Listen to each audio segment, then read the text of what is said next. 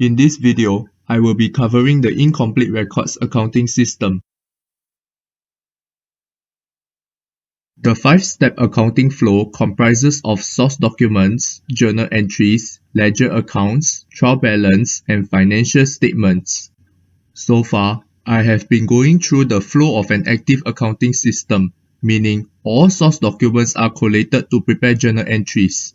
Journal entries are also actively prepared the moment a transaction takes place. For a large company, this is feasible because it has a large accounting department to help record the transactions up to date. But what if this is the context of a sole proprietor? A sole proprietor is a one-man business owned by only one person. For example, I could be a sole proprietor operating a mixed vegetable rice stall in my neighborhood coffee shop. I have to cook the various dishes while serving my customers when they come. Is it practical for me to maintain an active accounting system?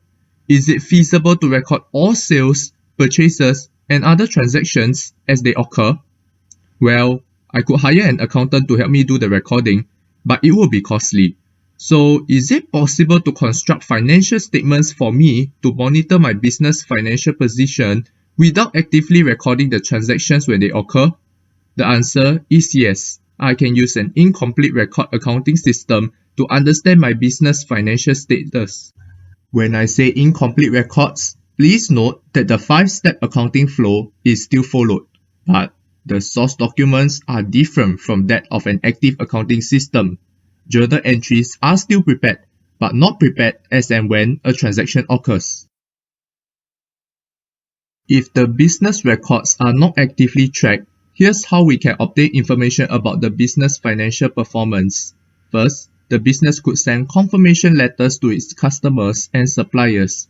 The confirmation letter would request the customer or supplier to state how much it owes the business or how much the business owes it at the end of the financial period. Essentially, we are trying to find out the trade receivables and trade payables balance at the end of the financial period. Next, the business could perform a stock take, where the business would count all the stocks that it has at the end of the financial period. This allows the business to know the ending inventory balance. If the business owns some non-current assets, it could cite the non-current assets. This is similar to a stock take, just that a non-current asset citing helps the business find out the non-current asset balance. Contracts with external parties help the business identify how much expenses it has incurred during the financial period. These contracts can include insurance premium contracts to identify insurance expense incurred. It can also include the employment contracts with employees to figure out the salaries expense. Finally, the bank statement is one of the major sources of information the business will rely on to help construct the financial statements, because it shows the business in details the starting cash balance, cash movement within the financial period, and ending cash balance. From here, the business will uncover many information like how much cash is received from customer, how much money is paid to supplier, when and how much money did the business spend on purchasing non-current assets, how much operating expense is paid to who, and others. The bank statement can also state if the business has borrowed money from the bank. Now that we have collated the source documents, we can use information we know to find the unknown. I will give a few examples to illustrate what this means. The general rule is, you need to understand the typical transactions affecting an account. Next, fill in information you know, then do some calculations to find the unknown.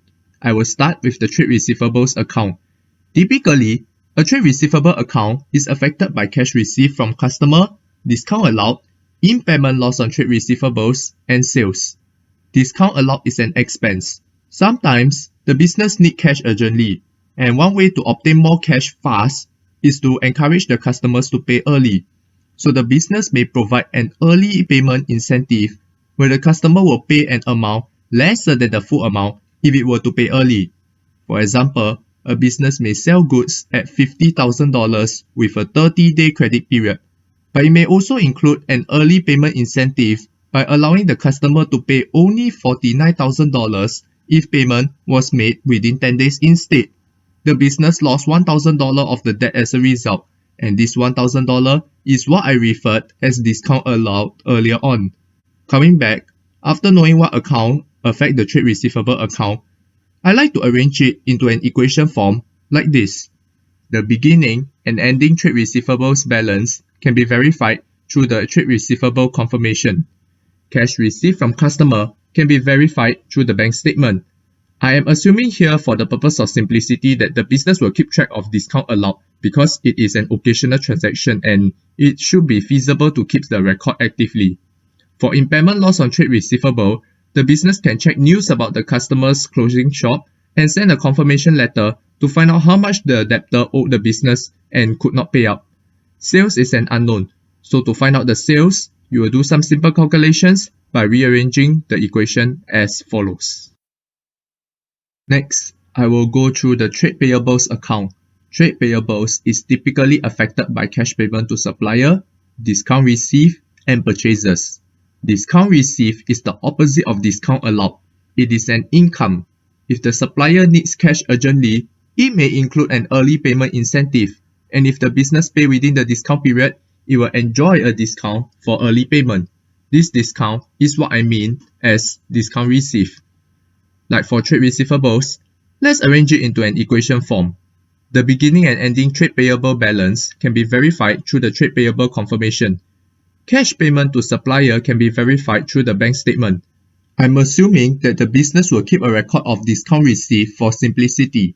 Anyway, like discount allowed, it is an occasional transaction which should be practical to be actively tracked and recorded. Purchases is an unknown, and to find the amount of purchases made, we will rearrange the equation and do the calculations like this.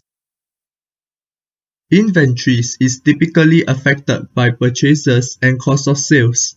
Putting it into an equation form, if we take the beginning inventory balance plus purchases minus cost of sales, we get the ending inventory balance. The beginning and ending inventory balance can be verified through a stock take. The amount of purchases made can be verified by reviewing the trade payables account I went through just now.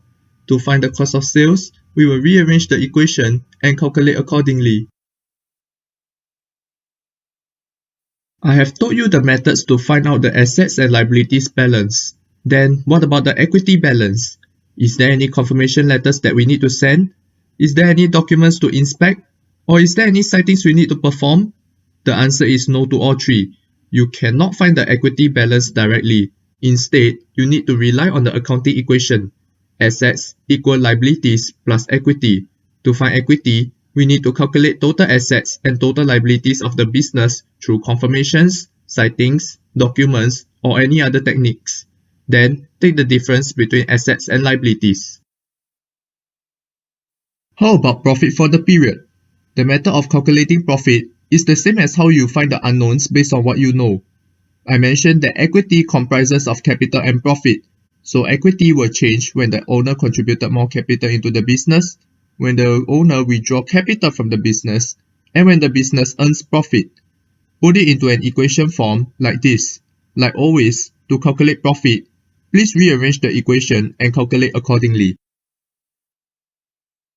To summarize how an incomplete records accounting system works, here are some key pointers. First, you need to understand the typical movement in an account. Next, fill in the information you know. It may be helpful to transform an account into an equation form. Then, rearrange the equation to find the unknown based on the information you know. To find the equity balance, please remember to use the accounting equation. Equity would be total assets minus total liabilities.